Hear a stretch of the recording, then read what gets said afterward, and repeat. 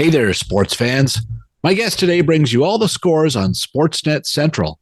She's also a new author with a book out you are going to want to read to the young sports fan in your family. Meet you at the free throw line right after this.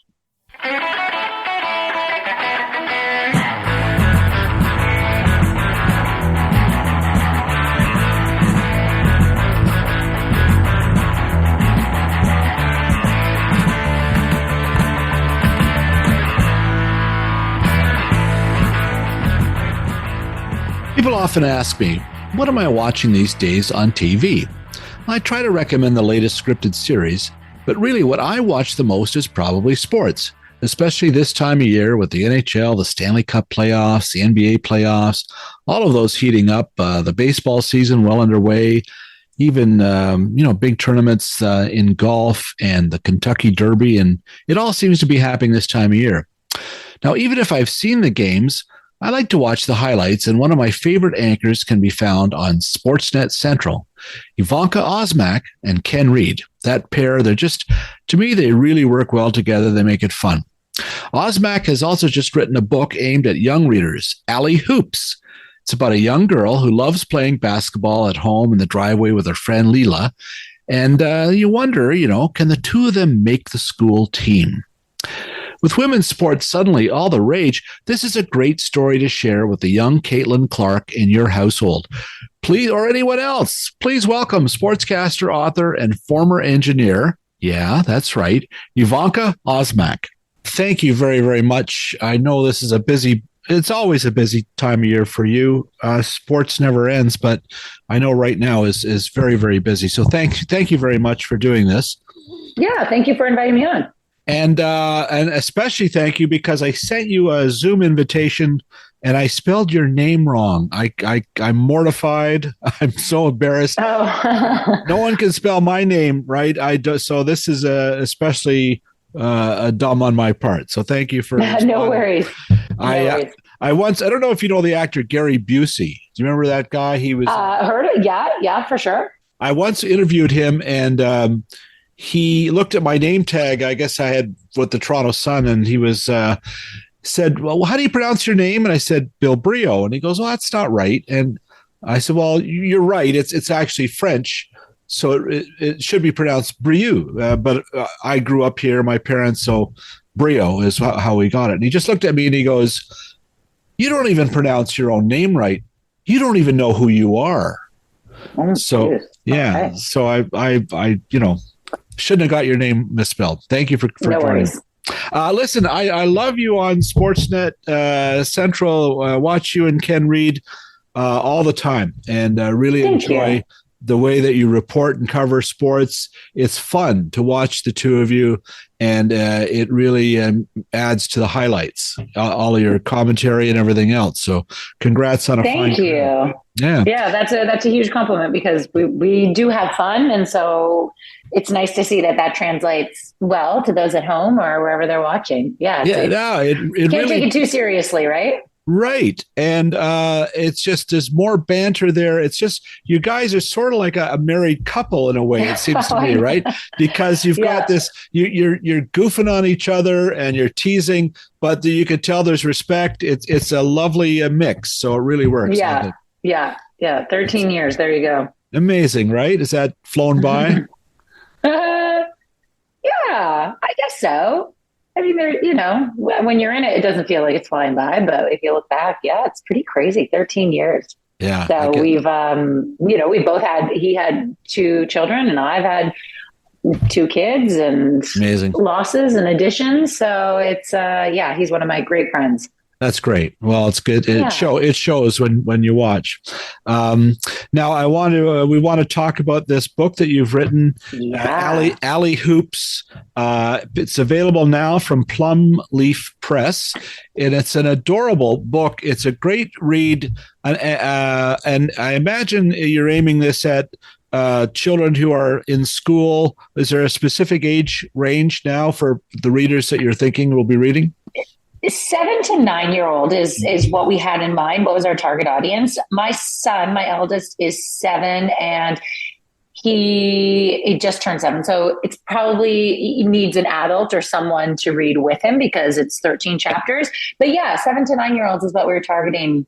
So it's I'm really excited about this. This is a new one for me. I've never written something before. I mean, the last time I wrote an essay or something long was back in high school, I guess. So it's been a fun adventure. It's been a couple of years in the making, but it's the first time the book arrived at my door was I had all the feels, it just, I couldn't believe that it actually finally was in print and ready to distribute. And now I'm seeing my friends and other people enjoying it and having it arrive at their houses and reading it with their kids. And I don't want to say it's a pinch me moment, but it's really, really exciting.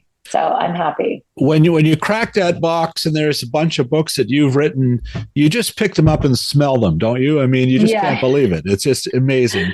Yeah, exactly. It's been a while since I've had one published, but it's a great feeling. So congrats. And it's a book. It's not like for young children where parents read to their babies. This is a book. It's like 70, 80 pages. It's some lovely illustrations by a lady by the name of Megan Chu. And it's just a story about these friends, Ali and Leila, and how they're, they're school age and they're learning to a bit about basketball. And I must say, before we get into that, it must be so rewarding to make a project like this and have a 7-year-old at home. I know you have a younger boy as well, but how cool is that mom gets to read the book that she's written to her children, right? Oh, yeah. The best. I mean, because I work nights, though, I couldn't even read it to him at bedtime. It was my husband reading to him. So I got his review the next day, what he thought of every chapter, and he loved it. But I definitely had him in mind, or his school friends in mind, when I was reading it, or writing it rather, because, seeing what the different mixes are and relationships are, because he's really a sporty kid, and I am as well, but seeing the interactions and who he was playing sports with and who gravitated towards the baseball diamond or who was playing soccer at recess, I'd hear from him. And so I had him in mind and his school friends in mind when I was writing it, but then I also had me in mind as when I was that age and even a bit older. And then I also had talking to my girlfriends about sports and whether or not they played or wish they had played more. And so there were a whole different groups that I had in mind when I was writing this. But definitely the influence of my children was in it. I mean, that's the reason why I wanted to write a book when I started, was because I was on mat leave with my first, and I thought, oh, I could do this. I could do this. And then I realized, it's a bit harder than I originally thought. Well, good for you for doing it. It's one thing to say that. I think I did that when my kids were young. That was a long time ago, but to carry through and do it, that's fantastic. Were you, now these two friends, Leila, am I pronouncing her name? Leila, yeah. Leila and Ali. Were you more Leila or Ali? Never been asked that. I think that I pictured myself as Ali, but there's probably a little bit of Leila in me as well, because I was the kid who, if I wanted to play a sport or do something, I shouldn't even just say sports, I would go for it. And, one of my early memories is in grade 6, and there was no girls soccer team to try out for at my school. And so we had to try out for the boys team, and that didn't matter to me. It was all just about playing the sports. And so I think I had a little bit of both of them in me. And sometimes I was the best player or a really good player on the team, and sometimes I wasn't, and it didn't come as easily. And so probably both characters. Yeah, that's a great question. I haven't been asked that. I wanted to get forward the message that sports gives you so much, right? And you may not be the best. And I get it. I get why people quit or don't follow through because the pressures of others, or they don't want to fail. I get it. They don't want to look foolish. And I see that again with my kids and on the schoolyard. And so it was for me really important to spread the message of you may not be the best and it may take you a while to catch on and you may not make the team the first try or the second, but that's okay. You can still keep playing and trying out, and just being involved in a team is so beneficial in many ways. Yeah, it's a great message, and I think back to my own childhood when I was in high school. I went to high school in Etobicoke, Michael Power, which had quite a sports reputation. And if you weren't really athletic, you better be a pretty good nerd or something else, right? So I tried to be that. But I remember trying out for the junior hockey team. And, this did not go well. But, the coaches there were great, really very welcoming and helpful. But I understand the pressures that you're writing about on children because, they're nervous. They don't get to sleep the night before because how will I do? Well, and, basketball hoops are very high when you're shorter.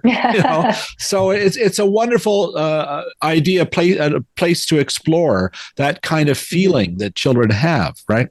Mm-hmm. And I think we all go through it where one of our friends succeeds or is a little bit better than us. And that's okay. That's actually real life, the real world, And so I think to experience and remind kids that's okay. It doesn't mean your friendship is going to change necessarily. You can still be friends. You can still hang out and play basketball together or do whatever. So I mean, a lot of the books that I've read to my son and I remember reading as a kid is that it always works out in the end. Mm-hmm. And maybe Allie Hoops, it does work out because she's honored or she's celebrated as being part of the team, but in a different way. And you don't always have to make the team. Like that's not always how it's going to be where it's the main character who makes the winning shot at the end of the game. That's sometimes not reality. Sometimes it is, but sometimes it's not. Yeah, no, again, very relatable. We don't want to give away the ending, but it's lovely the way that you broaden the idea of being a part of a team. Again, my memory, I was a statistician for a sport, one of the football teams. It was great to just be part of that team. So it's very, very relatable and in areas that you don't usually read about. Don't go away. We'll be right back with Evanka Osmak.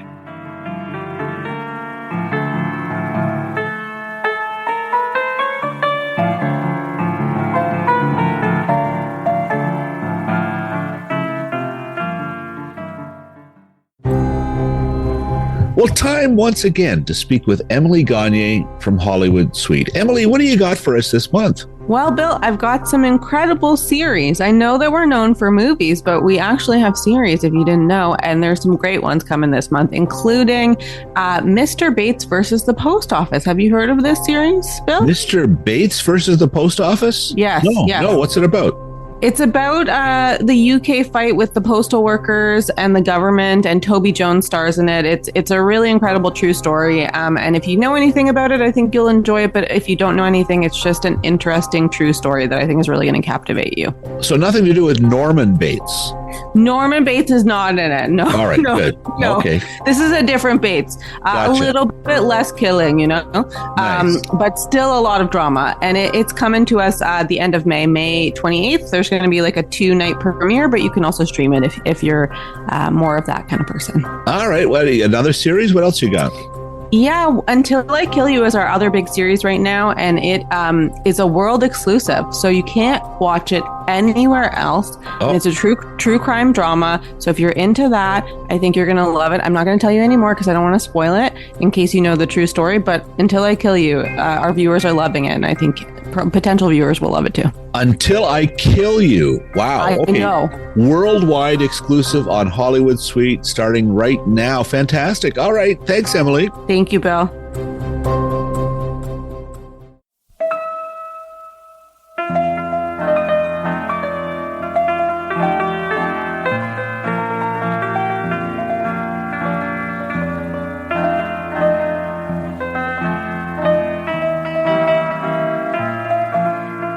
And here she is again, Evanka. Was there a coach, was there a Mrs. Nichols that you learned from? Is she based on anyone, the coach on the team? No, that was made up. I've had a lot of great coaches and teachers in my life. I would say my parents, not that they coached me in a specific sport, but they were definitely cheerleaders for me and people that I would go to when things were great and things were not so great. So probably a combination of a lot of coaches I've had in my life. And I mean, I'm still learning. Like I picked up the sport of hockey a couple of years ago. And so now I've got a new coach in my life who's out on the ice with us. And I think you're always learning from people and new coaches, no matter what field you're in or sport. Wow. So you play hockey. What position do you play? Oh, no, everywhere. Not goalie, but everywhere. It was again, I guess influenced by my kids and seeing their faces when they start a new sport and their excitement and that fear and uncomfortability. And I thought, when was the last time I put myself out there and was out of my comfort zone and tried something new? We just don't do it a lot as we age and get to be older. And, we're kind of beholden to a schedule and to our kids' schedule. And so I thought, I want to try this. And so I signed up. I found a women's league close to my home, and I played field hockey growing up, but I certainly didn't play hockey, and wasn't really, stable on skates either. I wasn't good. And so I thought, let's put them together and see how this goes. And it's been a blast, Phil. Yeah. It's been so much fun. And when I scored my first goal, it was such a good feeling. Because you're proud of yourself, no matter how old you are, you're proud of yourself for trying something new. And Evanka, isn't it a great game? I mean, it's just so damn fun. It really is. Yeah. It is. And I've actually appreciated, it's crazy to say though, because I've been covering hockey for so many years, but that now it's to play it is really exciting. Yeah. You're like, I could, what the real players are going through, the pros. You get some understanding. I used to live in Brampton. I played with a bunch of teachers in Brampton for about 20 years. Loved it. And it was just going to the rink and being with the guys, and that whole team camaraderie thing was a very big part of it. And so good for you. I think that's an amazing sport to be involved in.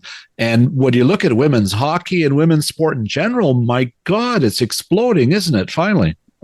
It's very exciting. It's a very exciting time. Finally, I think there's still plenty of room to grow and do better, but no, it's really exciting. Then with the WNBA announcement last week, they're coming to Toronto.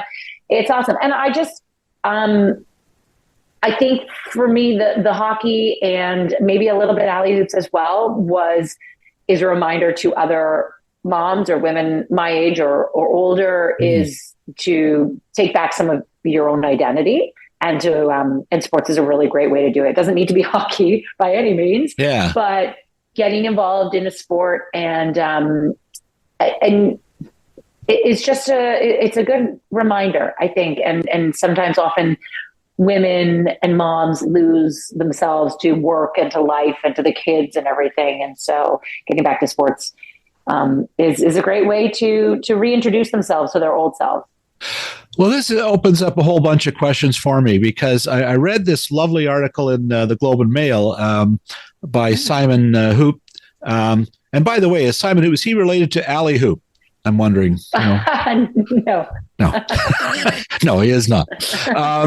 But it was very interesting now. And I know you grew up in the Oakville area. Is that correct? Correct. Yeah. And so that's where you started your sporting and having fun on teams and things in different leagues, soccer.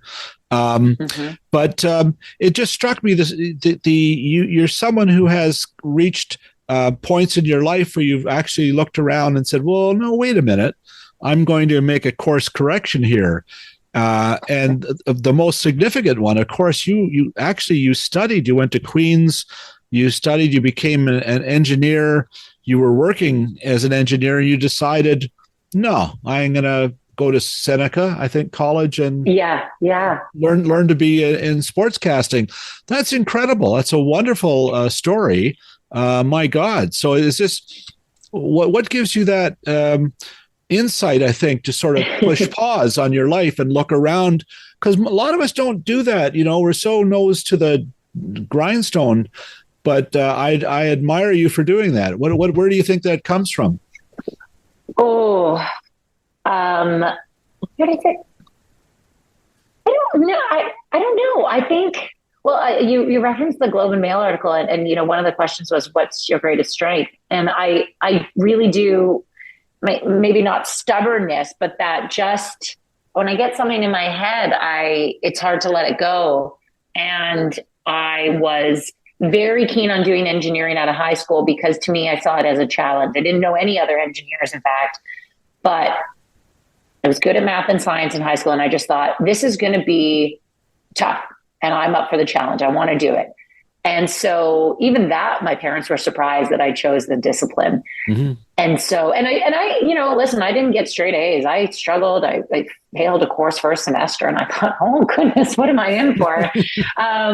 That was a real reality check. And I grinded through engineering, but it didn't come easily, as I said. And, you graduate, and I feel bad because it's so hard at the age. I was 17 when I graduated high school, and to make a decision where you think it will be for the rest of your life, and maybe we know better now that there are so many, career changes that it's not the case. But at the time, you're making this decision, and so it was going to be engineering. And then while I was working in the engineering field for a couple of years, I worked for a great small company, but you just know when something's not right. And I was lucky enough to be dating someone that was following his dream. And it was so off the course for his family and background. And so I think I earned a lot of courage from him and him encouraging me to, as cliche or corny as it sounds, following my passion. And I had no idea what it was. Like, I had never done anything in broadcasting in my life. I didn't look up to people in the industry, really. Like, there wasn't any of that. Sports, yes, was a huge part of my life, like my family life, my life, indeed, but not broadcasting. And so, but I don't know. There was something about it. I thought maybe I could be good at this. And so I did the course, as you said, in Seneca, and it was a huge leap of faith, but it was also only a summer program, 4 months. My parents were so devastated, especially my dad, and really not happy. And that was very tough because I've never gone against them and I hated to disappoint them. But again, I think I was thinking not even long-term, but like compartments. And I thought, okay, 4 months, that's it. I give it 4 months. And if it doesn't work out, I go back to engineering. And so I gave myself that. And when you know, and when you're happy and you feel good, I thought, why would I not continue this and see where it goes after that 4 months of broadcasting? So it just kind of spiraled. And I don't know, I was 24. So maybe it was just, I was young enough to believe I could try something new. Maybe if I had been older, I would have been a lot more scared. But, I just took a chance, and thank goodness it worked out. And sure it did. I think it did. So yeah, sure did. That's amazing. Sure. When you walk around the Rogers Center, sometime does your engineer hat go on, and you think, no, I would have put the deck over there? Do you ever have any? Heck no! Oh my gosh, they shouldn't trust me. No one should trust me with any plans.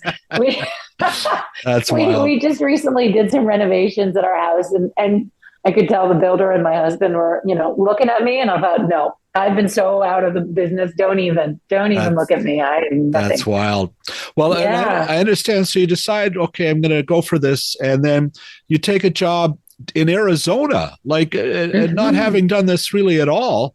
And you spent a few years down there. I mean, that's extraordinary because you talk about jumping into a whole new pool. You jumped into one that was 3,000 miles away. I mean, what was that like? What was that like? I think there was an appeal to that. I will say, though, that before Yuma came calling, Yuma, Arizona, there was a news director in Lincoln, Nebraska that reached out, and he obviously didn't see something. So I could have been a Cornhusker, but instead I moved down to Yuma. I think the appeal was just, if I'm going to do this, both feet in, let's go. And I'd never been to the state, but I thought this could be a great adventure.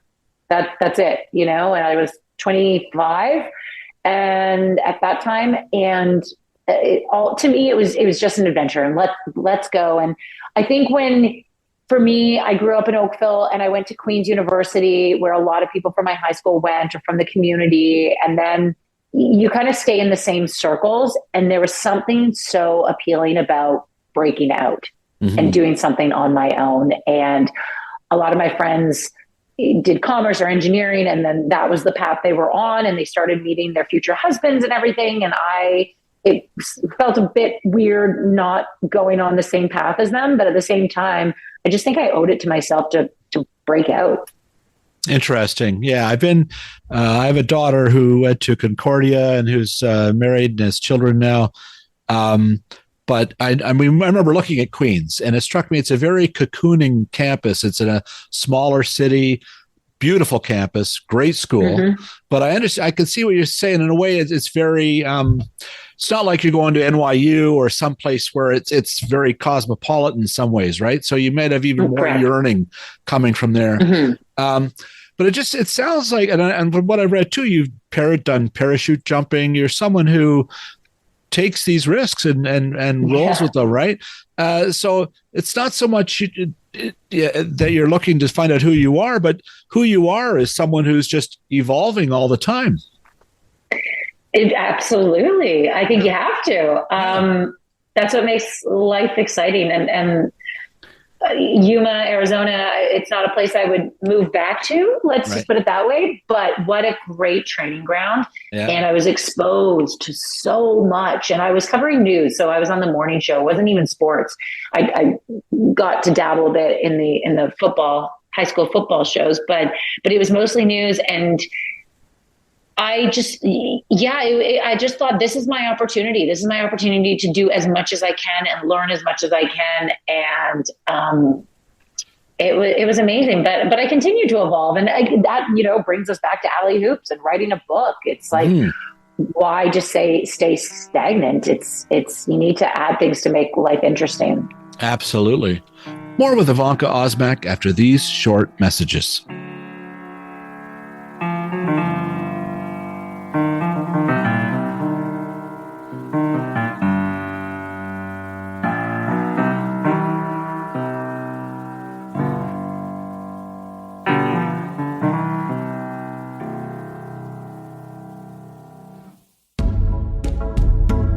Are you and your kids watching Knuckles on Paramount Plus? Nothing to do with the Three Stooges. This 6-episode animated series from Paramount and Sega is based, of course, on Sonic the Hedgehog. It recently set a global record as the most watched Paramount Plus original series of all time. And yes, adding punch to the series is Idris Elba as the voice of Knuckles. Beyond Knuckles, there's a mountain of entertainment for the entire family on Paramount Plus. This month, the streaming service welcomes back The Chai for a second half of Season 6. Creator Lena Waithe's sometimes searing look at the complexities of life in Chicago, as well as the Black experience in America, has already been renewed for a 7th season. Look also for the 3-part documentary series Lola, the story of Lollapalooza, which looks back to the roots of the music festival back in the early 90s. And brace yourself for the 9th season of RuPaul's Drag Race All-Stars. They're all streaming exclusively on Paramount Plus.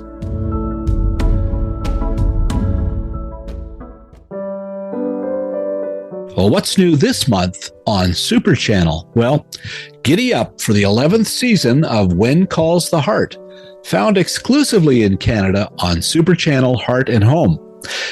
There are, of course, many burning questions from last season's shocking finale. School teacher Elizabeth, Erin Krakow, she's saddled up with her Mountie man Nathan Grant, played by former Brio TV podcast guest Kevin McGarry. Can these two ride off into the sunset and still manage parenting obstacles, huh? There are plenty of other obstacles to unravel as Hope Valley heads into the 1920s. Hardys and McGarrys can look forward to 12 new season 11 episodes. And don't forget, all 111 binge-worthy past episodes are available on Super Channel On Demand. Remember, Super Channel, an all-Canadian service, is available via most cable providers across the country, as well as streaming live and on demand with Amazon Prime Video channels and Apple TV Plus. You can also check out Super Channel Plus, available now on the Roku platform in Canada.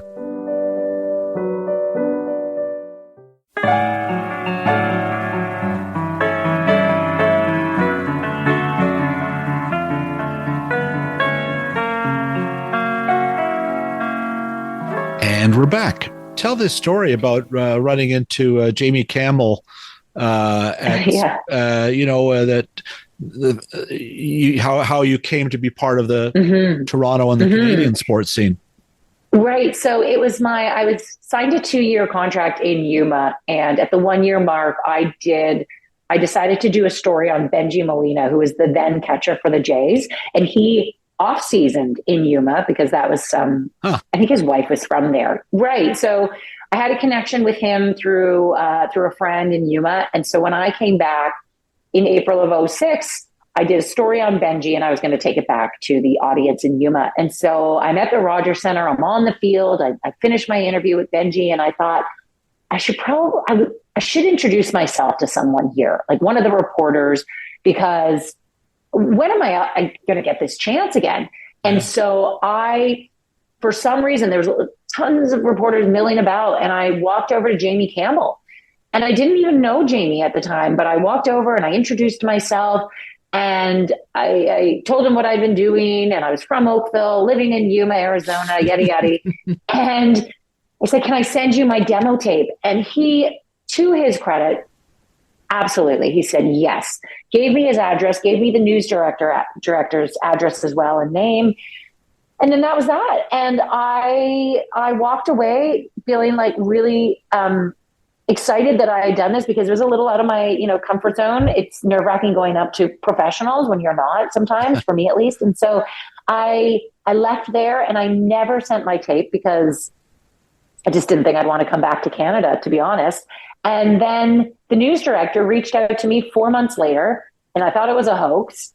And but he did, because he got my name from Jamie. And the story goes is that Mike English was our news director, and Mike called Jamie on a Saturday night when he was hosting a dinner party, and said, do you know anyone, like a female that would be interested in working at Sportsnet and coming along? And Jamie said, I met this girl like in the spring at the Dome. I can't remember her name. And he said he went to Google and he typed in like the bare bones. And on the first page, my picture came up, or Yuma came up, and he said, there's your girl. And he's like, leave me alone now, because I'm going back to my dinner party. Like, it was, thank goodness I was on that first page, because if it had been the second or third, toast, and, never would have made it back to Sportsnet or Canada. Who knows? So yeah, it was, the stars aligned. And I always tell students and anyone who says, what does it take to get into the business? And sometimes it's a bit of luck, and sometimes you just have to put yourself out there. You never know. I think there's the subject of your next book, Evanka. You've got to write about these, intersections of life and listening. I think a lot of us, sometimes these opportunities are there, but you sort of walk past them, or you're not really listening, and you seem to make those connections. And that's such a gift, really. And good for you. That's cool. Oh, thank you. So, wow. So then you come to Sportsnet, and you and I understand that the Blue Jays have always been a passion for you, right? Correct. Yeah. I think for me, those were my monumental childhood moments, is the Jays winning. Yeah. And we went to a lot of games as a family, and they were the best. It's so much fun, and being a part of the World Series back to back, and just that's what I remember as a kid is the Blue Jays. And so, Yeah, I enjoy the Blue Jays a lot. I'm watching. I enjoy them more when they're winning, let's be honest. But yeah, they're struggling for sure. It just seems yeah, either the pitching's there or the hitting's there or neither are there, right? Hopefully yeah, they'll get it straightened out. Yeah. And there was no danger of you being inspired by the Leafs winning a championship. No, I mean, I went to a handful of Leaf games growing up as well, but something about the Jays that won my heart over more than the Leafs. Yeah, probably something about. I'm sorry. The losing. No, yeah, maybe it's about. I just, I didn't want to get my heart broken year after year and go delusional. Oh, tell me about it. I remember. I'm that old that I remember the Leafs winning in '67, and I remember my dad, who was alive and saw them win 11 Stanley Cups. Wow! I remember him saying, "Well, get used to this,"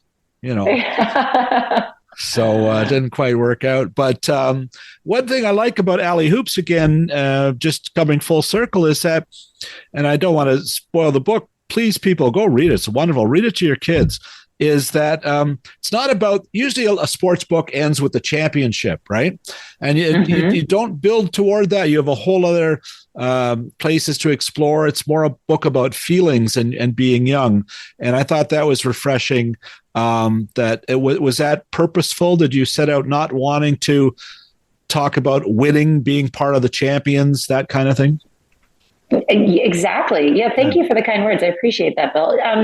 Exactly. Because again, I don't think it always has to be about winning. Right. And,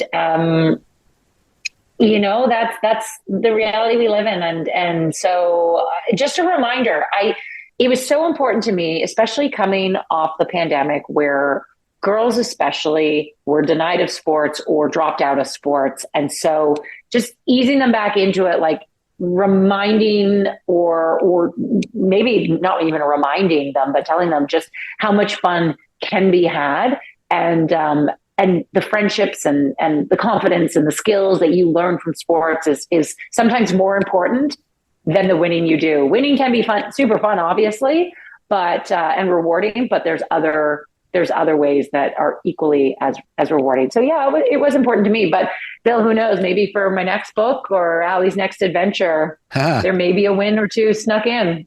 We'll look forward to that. There could be an animated. You could spin this off a lot of ways. Just before I let you go, any other specific athletes that you've covered, worked with in any golf, tennis, hockey, baseball that just have left an impression that have in terms of your interaction with them as a sportscaster? What did I say? I mean, I don't get to leave the studio much. They trap me with Ken Reid all the time, but, wow. I've had a few interactions with Sidney Crosby, and, most recently at the All-Star game in Toronto, he came onto the set with us, and just one of the nice guys. Nice. They as great as he is, as amazing as he is on the ice, he's equally as friendly and forward and willing to share his time, which says a lot. And so that's always really special when you get the chance to talk to a legend like Sidney Crosby. Yeah. And what else? Tennis is my favorite sport to play. And I did cover the tournament, the Rogers Cup, and now National Bank, I guess, for a few years. And so I think anytime talking to the women that just persevere and the training and everything that they have to go to reach the level they do is always so inspiring to me.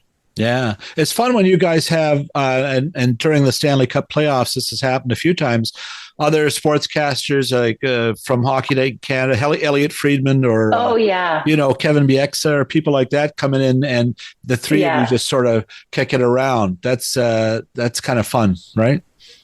It's a lot of fun, and that's actually I'd love to do it more often, playoffs or not, because it's such a different dynamic, and it's nice having a chat and talking to these former athletes and picking their brain and getting inside their head is so fascinating to me. And so it's been really fun, and it's nice talking to him or Caleb Joseph, Joe Siddle, when we're talking Blue Jays as well. Again, just getting their perspective on things, things that I wouldn't even think about and the game inside the game sometimes. Yeah, no, it's and this time of year too, just being a sports fan and switching around, you're watching the playoffs, you can see a bit of the American coverage, Canadian coverage. So you're watching TNT or ESPN's commentators and then the Hockey Night in Canada guy. And it's just fascinating to me how the different approaches and which ones are more relatable, I guess, to our audience. So it's kind of fun. Listen, I want to ask you a couple of things wrapping up now, just TV questions. There's 3 questions I like to ask. One is, what are you watching? Is there shows that you and your husband stream right now that you're into or on broadcast or cable or streaming? We do not watch TV together. Oh, that's right. Especially in the past while, just because my schedule. Yeah. And with the playoffs, it's been really wonky. And when I have a night off, I go to bed with the kids at 8:30. Yeah. So what am I watching? You know what, Bill?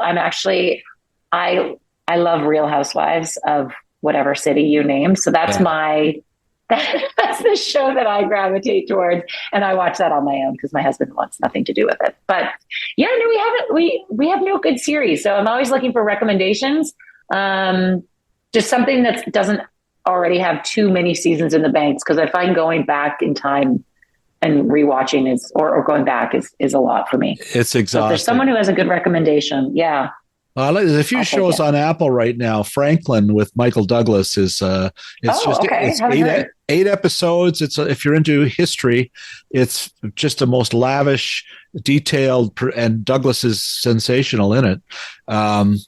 But there's that for sure. And Shogun, another one, which is just big budget and 8 episodes or 10. Is that based on the book? I read the book. It's absolutely based on the book and the series that was in 1980, and it's much more authentic. This one, boy, it's incredible. So look for that one. Good to know. And what would the Real Housewives of Oakville look like, do you think? Oh gosh, yeah. The thing with they've tried twice to do Canadian versions of the show, Vancouver and Toronto, and they have not been successful. No. So I think Oakville should just, stay in their bubble. That's good advice. When you were a youngster growing up, did you have a favorite TV show that you would race home from school to see, or? I would go through, for sure, Friends, Beverly Hills 90210, Seinfeld. I can't go a day without, having a Seinfeld reference, or a couple days. It's still classic. Those would be the 3 main ones that stick out to me. Yeah, for sure. And along those lines, do you have a favorite all-time TV theme song? Oh gosh. You don't have to sing it, but if you want to. I think there's a difference for me of what brings back memories. Like Friends was always, that one was fun to sing along to, but then the 90210 theme song, and it just gets you into that mood when you hear that. Right. Oh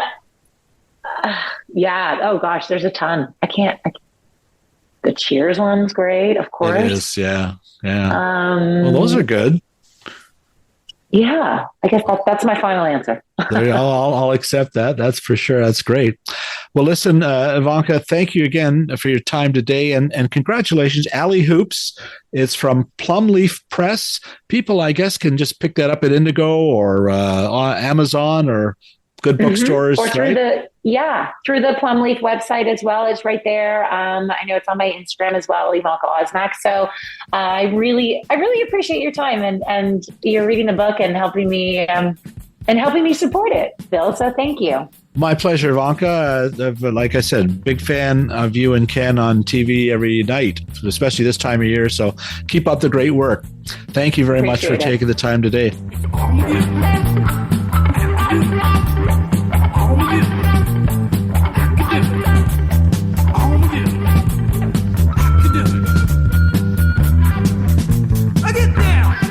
Well, thanks as always to our free throw specialist here at Brio TV, producer Phil Hong.